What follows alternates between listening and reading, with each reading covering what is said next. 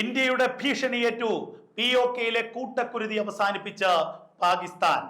POKയിൽ മനുഷ്യക്കുരുതി തുടരുകയാണെങ്കിൽ ഇന്ത്യക്ക് ഇടപെടേണ്ടി വരുമെന്നും ഇനിയും പ്രകോപനം തുടർന്നാൽ ഗാസയുടെ ഗതിയാകും പാകിസ്ഥാനുമെന്ന് കഴിഞ്ഞ ദിവസമാണ് ഇന്ത്യ മുന്നറിയിപ്പ് നൽകിയത്. ഇന്ത്യൻ പ്രധാനമന്ത്രി നരേന്ദ്രമോദിയും ഇന്ത്യൻ കരസേനാ മേധാവി ഉപേന്ദ്ര ത്രിവേദിയുമായിരുന്നു ഈ മുന്നറിയിപ്പ് നൽകിയത്. ഏതെങ്കിലും തരത്തിലൊരു പ്രകോപനം പാകിസ്ഥാന്റെ ഭാഗത്തുണ്ടായാൽ ഇനി ഈ ഭൂമുഖത്ത് പാകിസ്ഥാൻ ഉണ്ടാകില്ല, പാകിസ്ഥാന്റെ ഭൂമിശാസ്ത്രം തന്നെ ഞങ്ങൾ തിരുത്തി കുറിക്കും. ഇതായിരുന്നു ഇന്ത്യയുടെ മുന്നറിയിപ്പ്.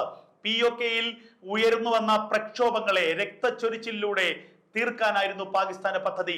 ഭീകരവാദികളെ കൂട്ടുപിടിച്ച് പാകിസ്ഥാൻ സൈന്യം POKയിലെ കാശ്മീരികളെ വെടിവെച്ച് വീഴ്ത്തിക്കൊണ്ടിരുന്നു. ആ മരണം 22 കടന്നപ്പോഴാണ് ഇന്ത്യ തങ്ങളുടെ നിലപാട് കടുപ്പിച്ചത്. ഇനിയും POKയിൽ ഏതെങ്കിലും തരത്തിലുള്ള രക്തച്ചൊരിച്ചിലിനാണ് പാകിസ്ഥാന്റെ നീക്കമെങ്കിൽ പാകിസ്ഥാനെ തന്നെ ഈ ഭൂമുഖത്ത് നിന്ന് ഇല്ലാതാക്കും. ഇന്ത്യയുടെ അതിശക്തമായ മുന്നറിയിപ്പ്. പിന്നാലെ പാകിസ്ഥാൻ ഭരണകൂടം എണീറ്റു. പിന്നാലെ POKയിലെ സമരക്കാരുമായി ചർച്ചയ്ക്ക് തയ്യാറായി. POKയിൽ നിന്ന് സൈന്യത്തോട് പൂർണ്ണമായും പിന്മാറാൻ പറഞ്ഞു. POKയിൽ ഇനിയും സംഘർഷം തുടർന്നാൽ POK ഇന്ത്യ പിടിച്ചെടുക്കും.